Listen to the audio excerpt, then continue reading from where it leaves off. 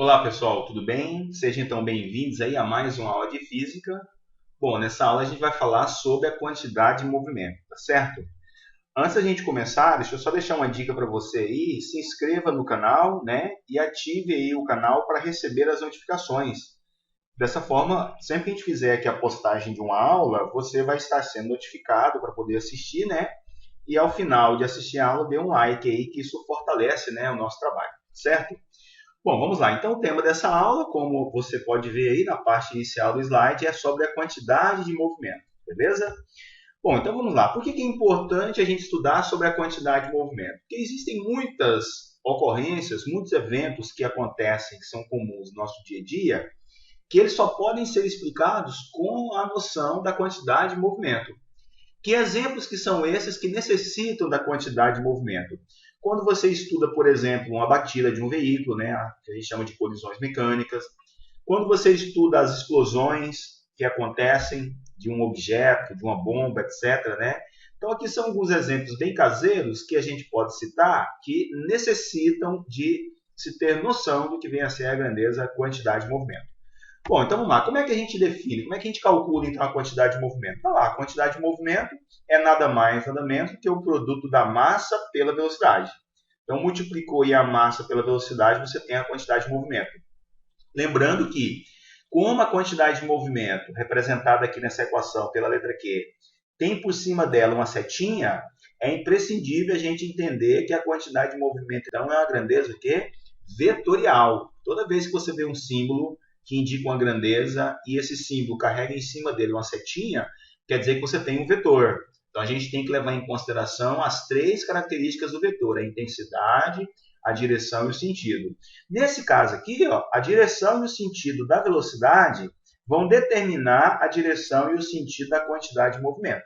Então, olhou para a velocidade, está apontada para um lado qualquer, a quantidade de movimento vai ter a mesma orientação do vetor velocidade. Ó, no SI, quais são as unidades oficiais de cada uma grandeza dessa aí? Ó? A massa é quilograma, a velocidade é metro por segundo e, obviamente, né, a quantidade de movimento vai ser o produto dos dois aí, né? O quilograma vezes metro por segundo, tá certo? Então, é imprescindível você fazer a conversão das unidades quando for calcular a quantidade de movimento se elas não tiverem no SI, beleza? Então, beleza. Tá aqui, ó, sabemos já computar, calcular de maneira direta a quantidade de movimento. Agora, é o seguinte, aqui na física, nós temos aqui um teorema muito importante que a gente trabalha, que é o teorema do impulso, tá certo? Para que serve o teorema do impulso? O teorema do impulso ele serve para correlacionar o impulso com a quantidade de movimento. Existe uma correlação estreita entre essas grandezas. E como que se chegou no teorema do impulso? O teorema do impulso chegou nele a partir da segunda lei de Newton. Então, a segunda lei de Newton é o ponto de partida para a gente chegar no teorema do impulso. Vamos ver, então, como é que acontece isso? Ó, você pega aqui a segunda lei de Newton. Então, qual é a segunda lei de Newton? A força resultante é a massa vezes a aceleração. Agora, eu vou abrir essa equação. Ó. Como é que a gente calcula a aceleração? A aceleração é ΔV sobre ΔT. É a variação da velocidade no tempo. Mais uma vez, eu vou abrir aqui a velocidade. Ó. Como é que a gente calcula a velocidade? A variação da velocidade. A variação da velocidade é velocidade final menos a inicial. Então, eu peguei a equação e abri o ΔV. Está aqui a velocidade final menos a inicial. Aí, esse tempo que está dividindo, eu passei para o lado de lá multiplicando. Está aqui, ó, a força agora já está multiplicando o tempo. E agora eu vou aplicar a distributiva aqui dentro. Eu vou multiplicar a massa pela velocidade final e vou multiplicar a massa pela velocidade inicial. Vai ficar isso aqui, então. Tá certo? Quando a equação da segunda lei de Newton ficou reduzida agora a isso, vamos lá então, ó, esse produto aqui, ó, a força vezes o tempo. Já mostramos numa aula anterior que a força vezes o tempo é o impulso. Então, o que é isso aqui? É o impulso da força resultante. A massa vezes a velocidade é a quantidade de movimento. Como eu tenho a velocidade final, eu vou ter aqui então a quantidade de movimento final. E a massa vezes a velocidade inicial é a quantidade de movimento inicial. Então, esse produto aqui é a quantidade de movimento inicial. Agora, vamos lá. Ó. O que é a quantidade de movimento final menos a quantidade de movimento inicial? Não é a variação da quantidade de movimento? Pronto, eu cheguei aqui no teorema do impulso. Então, o teorema do impulso fala que o impulso da força resultante é igual à variação da quantidade de movimento. É, na realidade, uma outra maneira de escrever a segunda lei de Newton, né? Porém, aí a partir do impulso da força resultante e da variação da quantidade de movimento. Esse teorema do impulso aqui, ó, ele não pode ser representado em unidades a não ser as oficiais, né? Então, a unidade oficial do impulso tem que ser Newton vezes segundo, e a unidade oficial da quantidade de movimento é o quilograma vezes metro por segundo, tá certo? Quilograma vezes metro por segundo. Feito isso, eu tenho aqui uma grande observação a fazer sobre o teorema do impulso.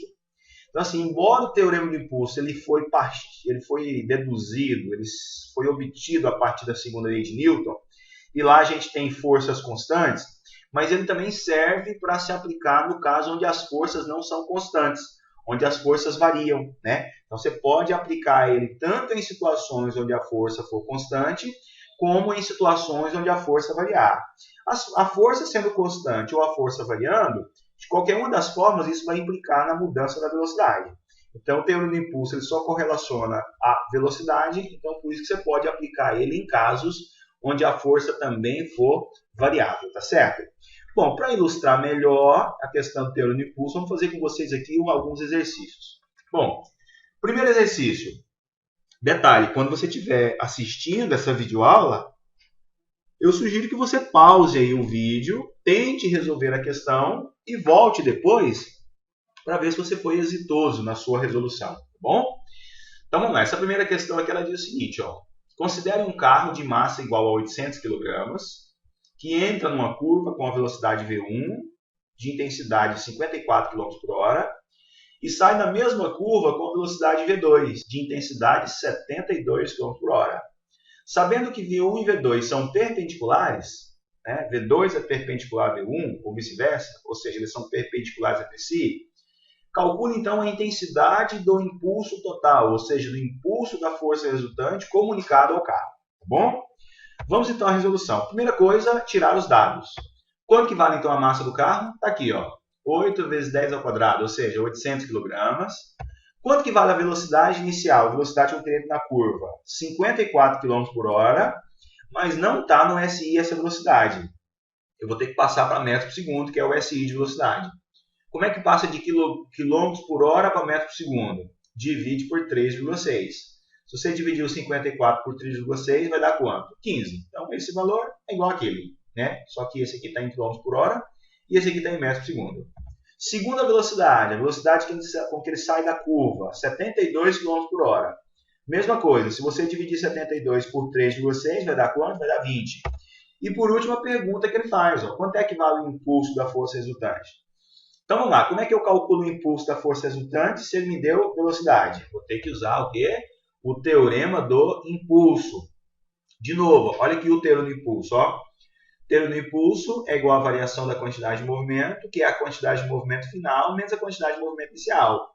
Como é que você calcula a quantidade de movimento final? Massa, velocidade final. Menos quantidade de movimento inicial, massa, velocidade inicial. Tá certo? Então vamos lá. Primeira coisa, como eu tenho aqui o trabalho com vetores, eu preciso levar em consideração a direção e o sentido.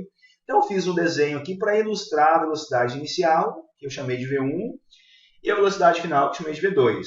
Ele está falando que as duas são perpendiculares entre si. Então eu coloquei aqui a primeira vertical para cima. Vamos supor que ele está fazendo a curva aqui, ó, indo para a direita. E a segunda V2, horizontal para a direita. Essas velocidades aqui são perpendiculares entre si? Sim, elas são perpendiculares entre si. Então, eu representei adequadamente as minhas velocidades de acordo com o que ele traz no enunciado. Agora, vamos lá. A quantidade de movimento não tem a mesma orientação das velocidades? Então, se a velocidade inicial está para cima, a quantidade de movimento inicial está para cima. Beleza? Se a velocidade final está na horizontal para a direita, a quantidade de movimento final também está na horizontal para a direita. Aqui, ó. Representei as quantidades de movimento inicial e final. Só que aqui, gente, olha de novo, a variação da quantidade de movimento é a quantidade de movimento final menos a quantidade de movimento inicial. Esse sinal de menos indica que eu vou ter que fazer uma inversão no vetor quantidade de movimento inicial. Então, sinal de menos, basta você inverter o sentido do vetor. O vetor quantidade de movimento inicial não está para cima? Se você botar para inverter ele, você tem que colocar ele para onde? Para baixo. Então, olha o que eu vou fazer. Está aqui, ó. Agora, eu tenho aqui o menos QI, que é a quantidade de movimento inicial para baixo. Pronto, então eu vou ter que somar esse cara aqui, que é a quantidade de movimento final, com esse cara aqui, que é a quantidade de movimento final, invertido, tá certo? A soma dos dois, a soma desses dois vetores, vai ser o quê? O impulso da força resultante, beleza? Vou passar aqui para a folha seguinte. Então, de novo, eu coloquei aqui os meus vetores, ó, QF, na horizontal para a direita, QI para baixo. Se você somar esses dois aqui, ó, o vetor resultante vai estar no meio aqui, ó. Tá certo? O vetor resultante está no meio. Como é que você faz para calcular, então, agora esse vetor resultante está no meio? Ó, se você transladasse o QI para a direita, ou o QF para baixo, ia formar aqui para a gente um retângulo, e o meu impulso é exatamente a diagonal do retângulo. Como é que você faz, então, para calcular essa diagonal aqui, que é exatamente o impulso? Matemática, ó. Você vai usar o teorema de Pitágoras, né? Então, a hipotenusa ao quadrado é igual à soma do quadrado dos catetos. Então, vai ser a quantidade de movimento final ao quadrado mais a quantidade de movimento inicial ao quadrado. Beleza? Então, você tem que calcular de novo a quantidade de movimento final, calcular a quantidade de movimento inicial e aplicar aqui o Pitágoras para encontrar o impulso da força resultante. Eu vou novamente copiar aqui os dados que ele forneceu no enunciado. Está aqui a massa, a velocidade inicial e a final. E agora eu vou calcular o QF e o QI para voltar aqui e calcular o impulso da força resultante. Beleza? Então, vamos lá. Ó, calculando inicialmente o QI. Como é que você calcula a quantidade de movimento inicial? Está aqui, ó. Quantidade de movimento inicial é a massa vezes a velocidade. Então, já vou colocar os dados. A massa, 800 kg. A velocidade é 15. Está aqui, 800 vezes 15. Quanto é que vale 800 vezes 15? 12.000 kg vezes metro por segundo. Então, esse aqui é o meu QI. Vou calcular o QF. Como é que você calcula o QF? Que é a quantidade de movimento final. Está aqui a massa vezes a velocidade final. A massa é 800, ele deu.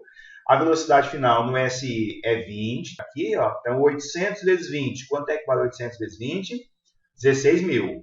Pronto. Ó, como você conhece a quantidade de movimento inicial e a quantidade de movimento final, pode voltar aqui no teorema de Pitágoras, aplicado aqui na correlação das grandezas, para encontrar o impulso da força resultante. Então, vamos lá. O impulso da força resultante ao quadrado é igual QF, 12.000.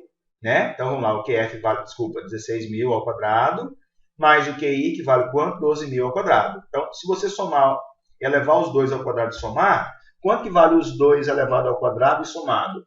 Isso aí vai dar 40.000, ou 4 vezes 10 oitava. Então, o IR ao quadrado é 4 vezes 10 oitava. Coloca a raiz dos dois lados. A raiz quadrada de R ao quadrado é o próprio IR. Aí você tira a raiz quadrada desse número aqui, ó. Tirando a raiz quadrada desse número, vai ficar aqui que o impulso da força resultante dá quanto? Dá 20.000, né? Newton vezes segundo. Beleza? Então, mais uma vez, o exercício mostra para a gente a dependência que nós temos da matemática. Então, se você está assistindo esse vídeo agora, não viu as aulas de matemática, sobretudo as aulas de geometria, volta lá no canal referente à matemática e assista as aulas. Beleza, gente? Quando você estiver assistindo esse vídeo, vá pausando, vá escrevendo no seu caderno, vá fazendo as anotações para você entender passo a passo o que está sendo feito, ok? Eu agradeço a oportunidade, mais uma vez, dê um like ao final da aula se você gostou e entendeu o conteúdo, ok? Obrigado, um abraço, até a próxima.